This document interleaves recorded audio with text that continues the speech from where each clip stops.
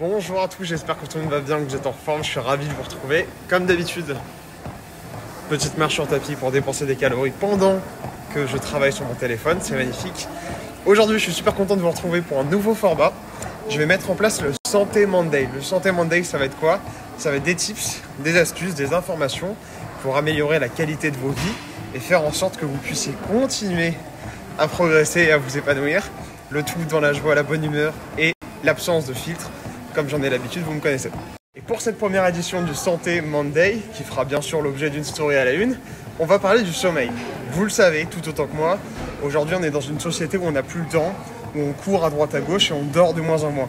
Et malheureusement, il y a très peu de personnes qui sont informées de l'importance du sommeil. Donc aujourd'hui, ce que je vous propose, c'est que je vous donne 3 tips pour améliorer la qualité de votre sommeil. Let's go.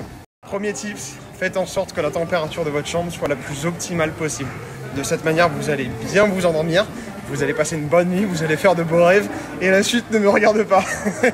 Et selon les dernières études et recherches dans le domaine de la science sur le sujet et de ce que j'ai appris dans Bayesian, la température idéale se situerait aux alentours de 18-19 degrés. Donc ce que je vous propose, c'est de mesurer la température de votre chambre. Si c'est trop frais, réchauffez. Et si c'est trop chaud, vous allez dîner. Deuxième tips, si jamais vous avez du mal à vous endormir, n'hésitez pas à tester les exercices de respiration. Alors, le yoga, le fitness, etc. sont très en vogue ces dernières années, le bien-être.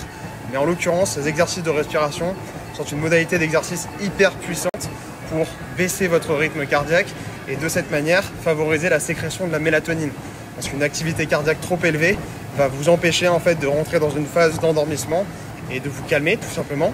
Et donc derrière, vous n'allez pas réussir à dormir et vous allez commencer à penser à la tarte aux fraises de votre grand-mère le midi qui était très bonne. Bref, faites en sorte, si vous en avez envie, de faire des activités reposantes le soir ou de la lecture par exemple.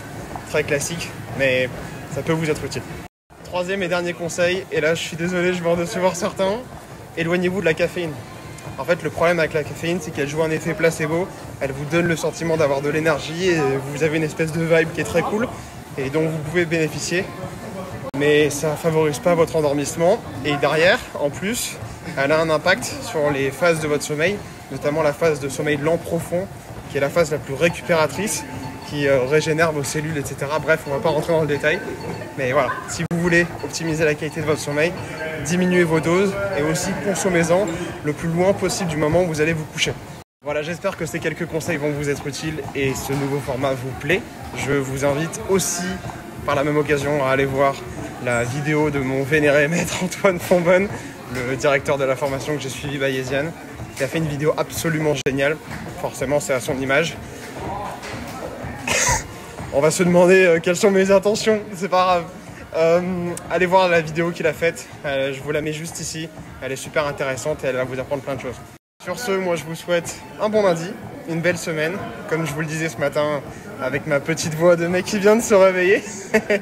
Et une bonne soirée bien sûr, si vous avez la chance d'avoir un ou une partenaire qui saura faire le sel et le poivre d'une soirée qui s'annonce épicée.